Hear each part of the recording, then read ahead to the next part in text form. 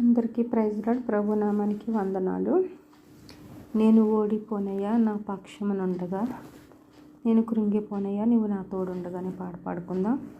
దీనికి అర్థం ఏంటంటే, దేవుడు మన పక్షాన్ని ఉండగా మనం ఎన్నడూ ఓడిపోము.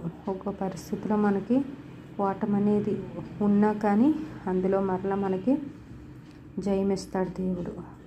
ఓటమి కూడా మనకి ఒక పాఠముగా దేవుడు మార్చి మనకు జయాన్ని ఇస్తాడు. ఉన్నతమైన స్థానంలో దేవుడు మనల్ని నిలబెడతాడు. మనం ఎప్పుడు కూడా కృంగిపోకూడదు. ఎక్కడైనా అవమానాలు పొందినా, ఎక్కడైనా వెలివేయబడినా కానీ, నిందలు పొందిన శత్రువు కానీ మనల్ని నిందించిన ఎలాంటి పరిస్థితిలో కూడా మనల్ని చూసి నవ్వినా కానీ మనం ఎప్పుడు కూడా కృంగిపోకూడదు. మనకి ఖ్యాతినిచ్చి మంచి పేరునిచ్చి ఎక్కడైతే ఓడిపోతామో అక్కడే నిలబెట్టే దేవుడు కాబట్టి దేవుని మహిమపరుద్దాం.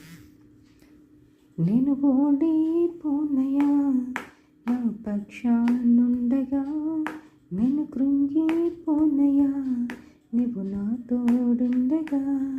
నేను ఓడిపోనయ్యా నా పక్షానుండగా, నేను కృంగిపోనయ్యా నీవు నా తోడుండగా.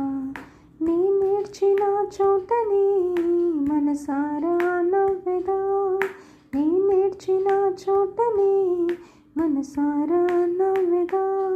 నీ పడిన చోటని ప్రభు కొరకై నిలిచెదా, నీ పడిన చోటని ప్రభు కొరకై నిలిచెదా. నేను ఓడిపోనయ్యా నా పక్షానుండగా, నేను కృంగిపోనయ్యా నీవు నా తోడుండగా.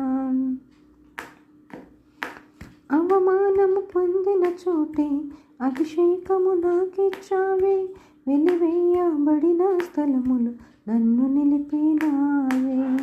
ఖ్యాతినిచ్చి ఘనతనిచ్చి మంచి పేరును నాకిచ్చావే, ఖ్యాతినిచ్చి ఘనతనిచ్చి మంచి పేరును నాకిచ్చావే. శాశ్వతమైన కృపతో నన్ను నడుపుచున్నావే, శాశ్వతమైన కృపతో నన్ను నడుపుచున్నావే.